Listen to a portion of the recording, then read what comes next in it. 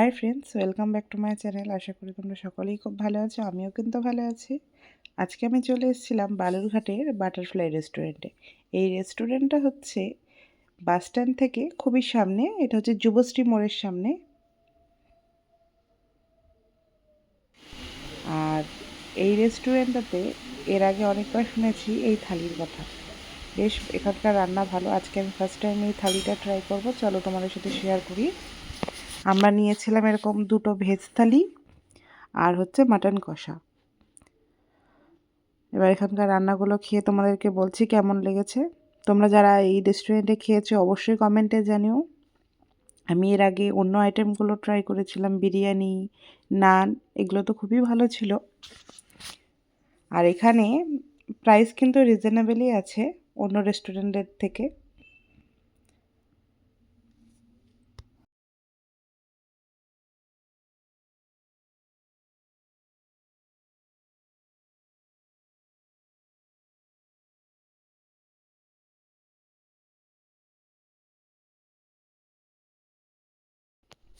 এই যে ফার্স্টেই ডাল দিয়ে ভাতটা মেখে নিলাম। ডালটা তো দারুণ ছিল, ডালটার মধ্যে পনির ছিল, অন্য ভেজিটেবল ছিল, ভেজ ডাল ছিল এটা, আর অসাধারণ ছিল খেতে।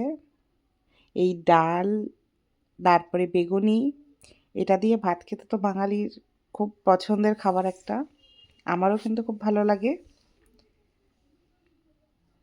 নেক্সট আইটেম ট্রাই করছি পনিরটা, এটাও কিন্তু খুব সুন্দর ছিল। আর প্রত্যেকটা রান্নাই কিন্তু খুব ভালো। চলো আর কথা না বাড়িয়ে খেয়ে নিই, তোমরা ভিডিওটা কন্টিনিউ দেখতে থাকো। আর আমরা কিন্তু খেতে চলে গিয়েছিলাম দুপুরবেলা।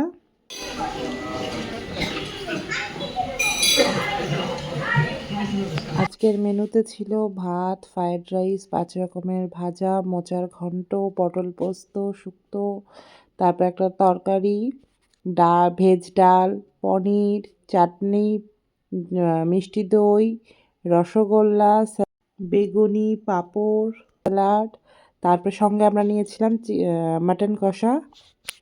আর প্রত্যেকটা রান্নাই কিন্তু খুব সুন্দর ছিল। আমরা কিন্তু সাথে একটা ইলিশ মাছও নিয়েছিলাম, এটাও আর কিন্তু বেশ এখানকার ভালো ছিল অ্যাম্বিয়েন্সটা তো খেতে। অসাধারণ। ফটো তোলার জন্য যেমন সুন্দর, তেমন এখানকার স্টাফদের বিহেভিয়ারও খুব ভালো। আর আজকের ভিডিওটা এখানেই শেষ করছি। তোমাদের কেমন লাগলো অবশ্যই কমেন্টে জানিও। তোমাদের সাথে আবার দেখা হবে অন্য কোনো ভিডিওতে। সকলে ভালো থেকো, সুস্থ থেকো। আর যারা নতুন আছো তারা অবশ্যই আমার চ্যানেলটিকে সাবস্ক্রাইব করে পাশে থেকো। বাই।